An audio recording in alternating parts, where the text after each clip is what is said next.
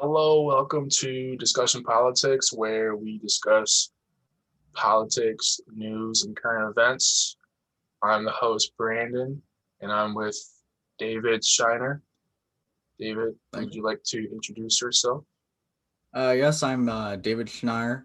I'm just a guy on Twitter who likes to talk about politics. I'm currently a researcher for the Bull Moose Project in the Political Affairs Department. So that's a lot of interesting stuff. We'll touch on that some in this conversation.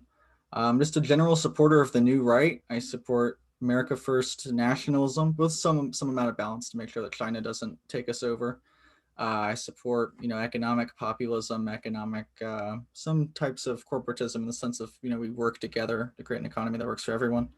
I'm a strong supporter of social conservatism, uh, just having societal morality and order. I think is a good thing.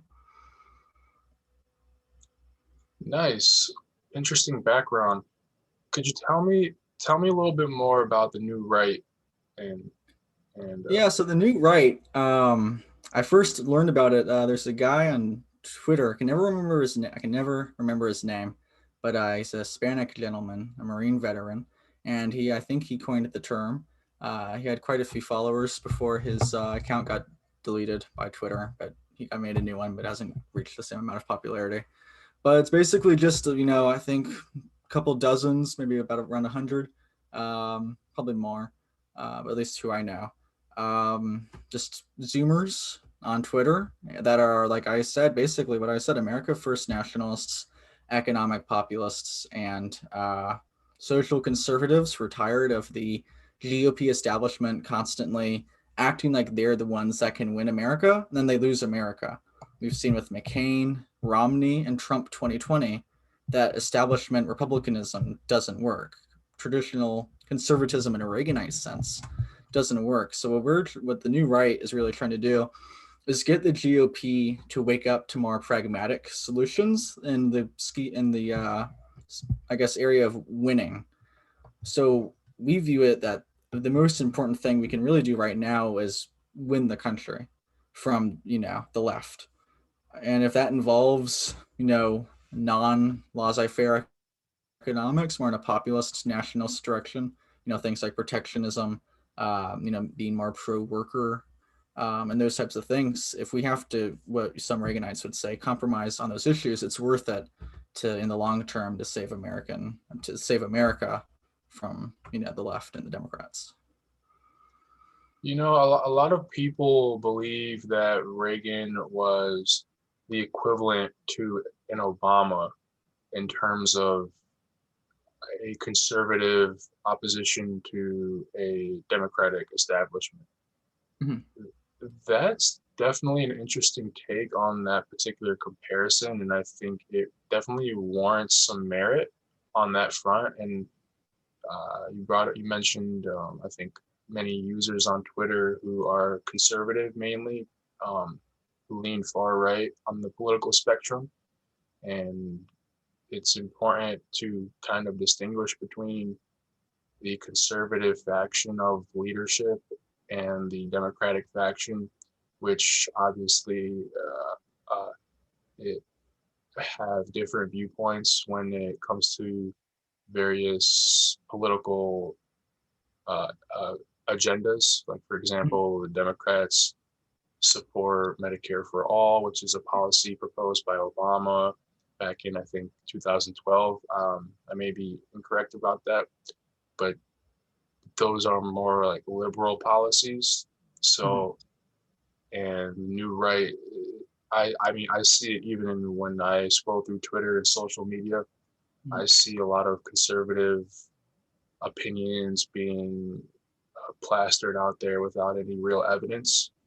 And I think it's devastating. I really think that there's better ways to express those ideas as opposed to just um, kind of lashing out at the leadership. But that's mainly what they do is they lash out at Democrats for policies they propose that they disagree with.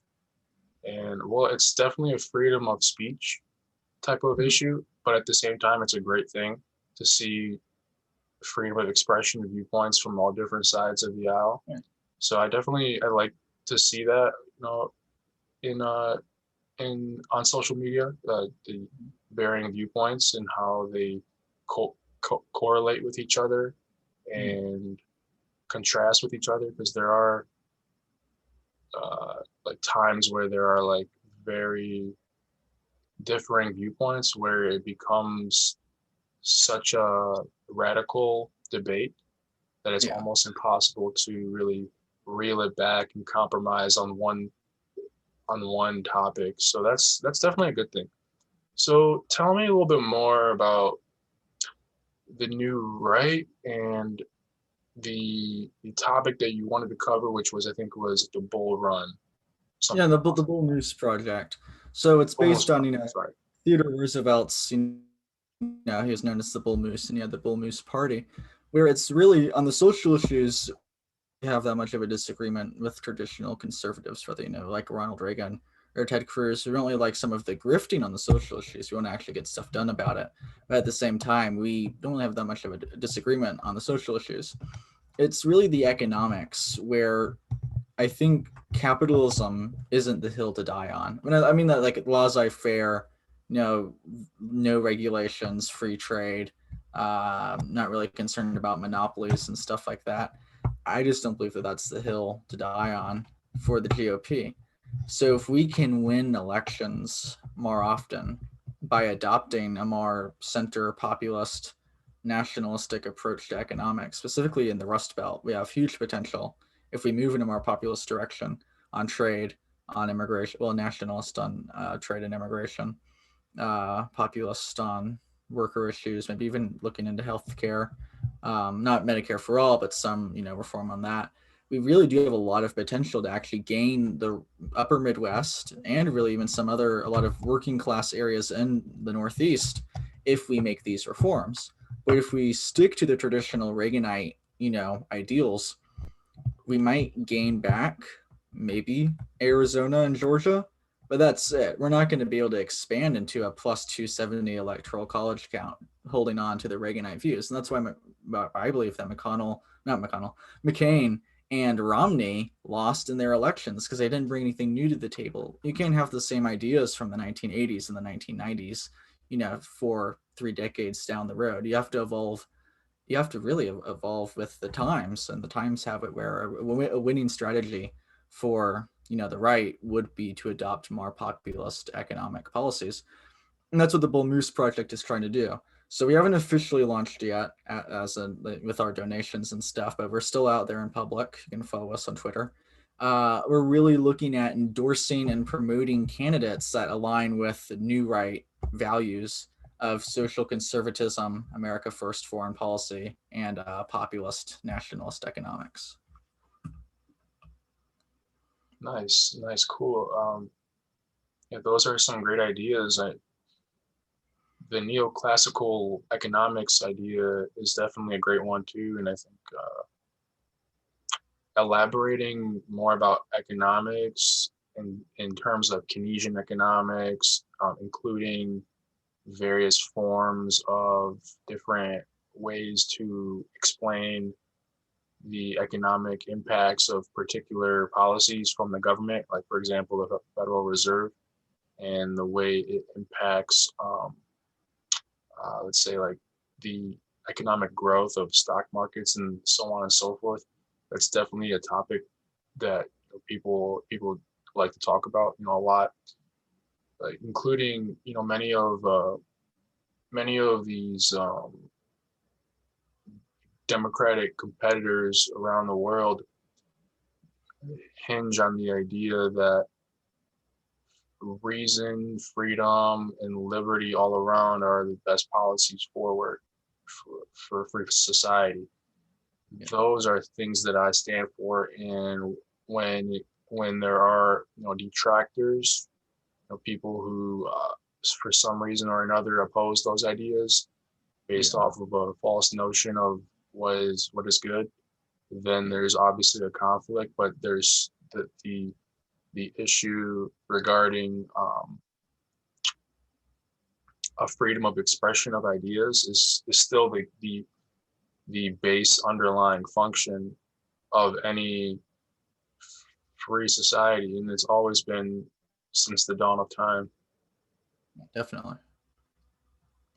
No, and that's, I think, one of the great things about the new right is that they are so in favor of freedom of expression, in the sense is that, like, being able to actually express ideas, not a what really bothers me almost is that the left will say, and I'm not trying to bash people, but it's just what I've seen, is that the left will say, things like, hardcore pornography, or child or drag queen story hour at public libraries and public schools, or things like that. That's protected speech. But then political opinions that they don't like, that's unacceptable. I can't get that's so opposite of what the founding fathers intended with the First Amendment, and really just what the basic truth of freedom of expression is. Just doesn't.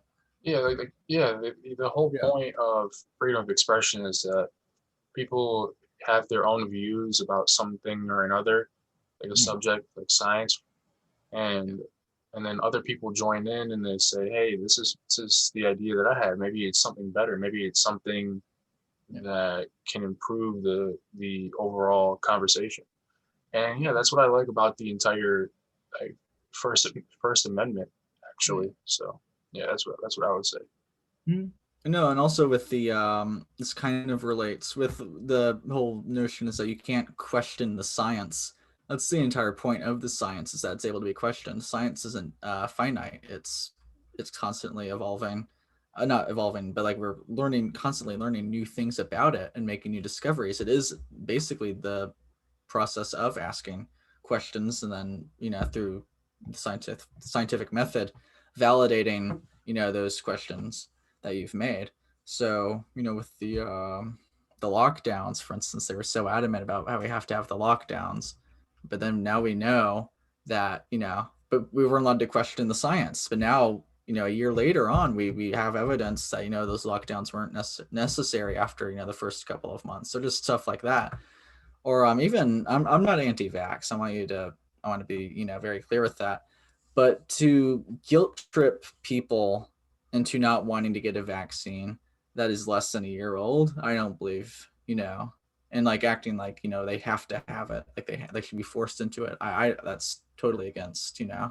I mean, building off of that too. I mean, I've seen so much research on scientific studies. It's unbelievable how in depth these analyses are when it's revolving around particular subjects. Even for example, racism.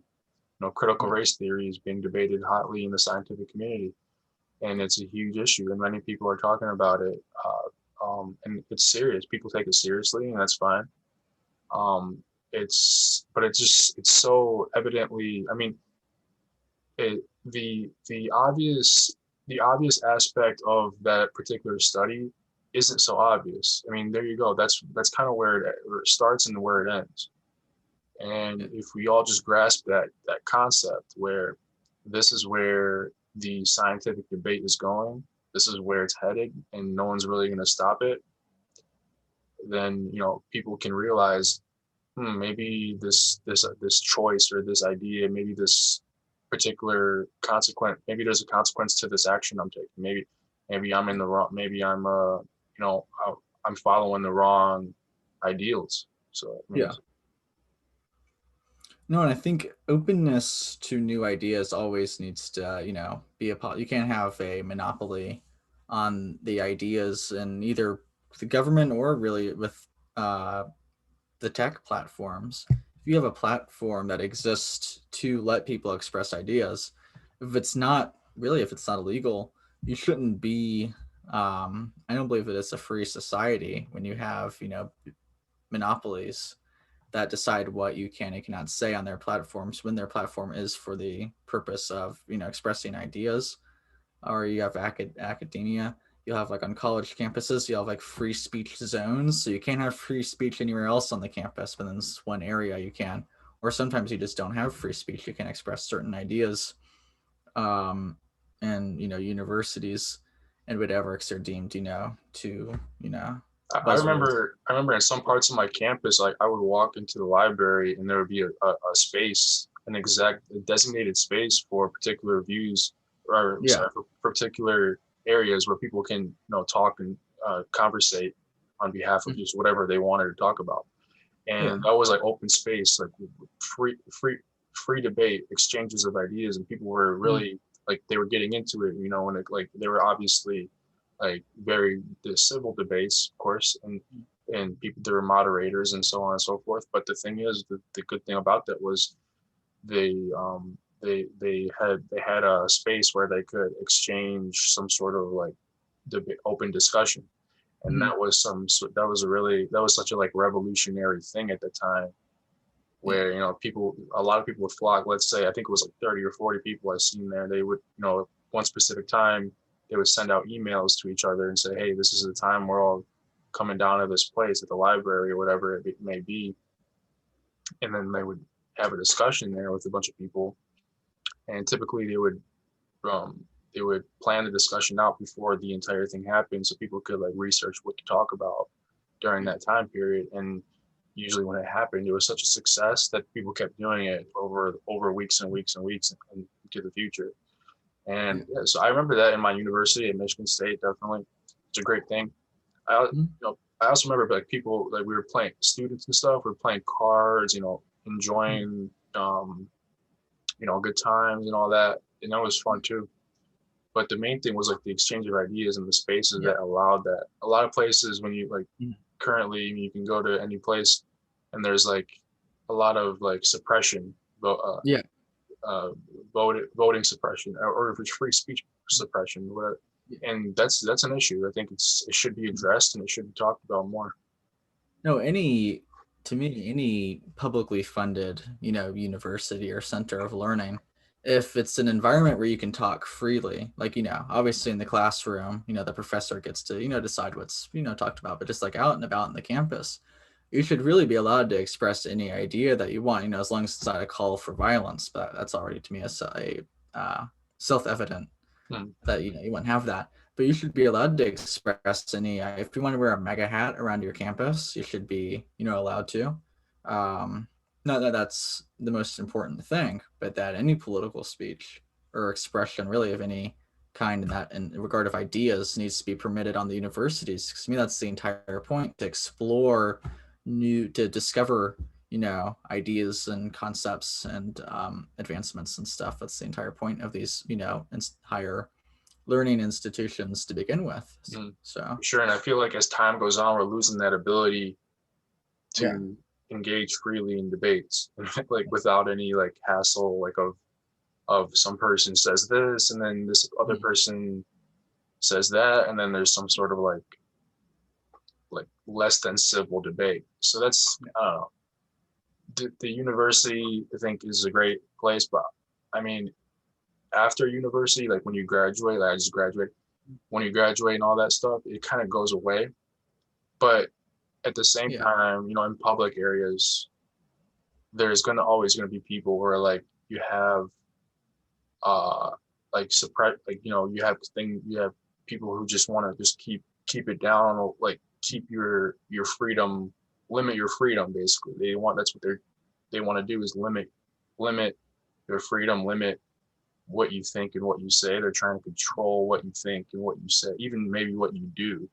Yeah. And I see it a lot, like for example, uh like even going back to JFK, JFK, wanted to place missiles in Turkey or something like that. And there was like a weird conversation between JFK and Eisenhower, President Eisenhower, and that was about like some sort of uh, JFK was super adamant and aggressive with his manner in delivering that speech during the conversation with Eisenhower. Yeah. And Eisenhower took it lightly, and he kind of joked it off and laughed it off, and that was and he and the entire situation was serious. It was about Cuba, it was about Turkey, it was about a bunch Yeah. of stuff.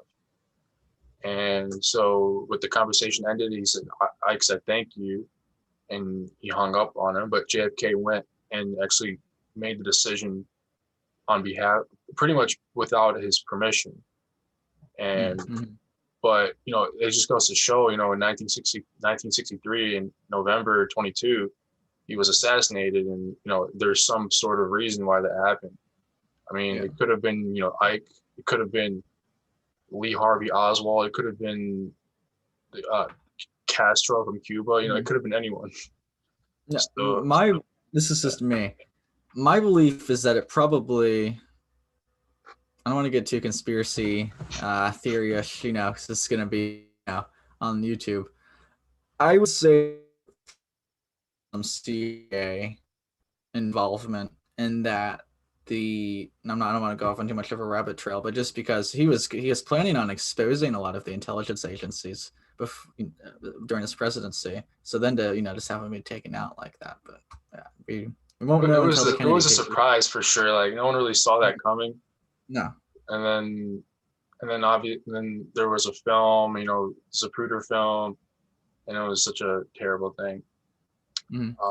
But it But just goes to show like the consequences for your actions. Like this this society like values freedom and reason, but it seems like they value free reason more than everything, and it just doesn't make sense because Mhm.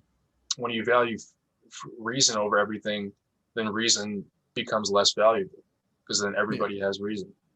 So it's sort of a two-way street, and you need the you need the ability to distinguish between good reason and bad reason. And Yeah. if you don't have that, then it's kind of hard to like maneuver. Well, yeah, it's can reasonably come to a conclusion through like just following logic doesn't necessarily mean it's going to be the correct decision. You really, this is my view, you need to factor in one, some type of morality into it, and then two, just real world application. So you take, let's just say, like, you want to abolish welfare because it'll balance the budget. So if no more no welfare for anyone, it would lead to the balanced budget. To incentivize people to work. That sounds great on paper. But then you look into the one, the moral aspect, and then two, the pragmatic aspect.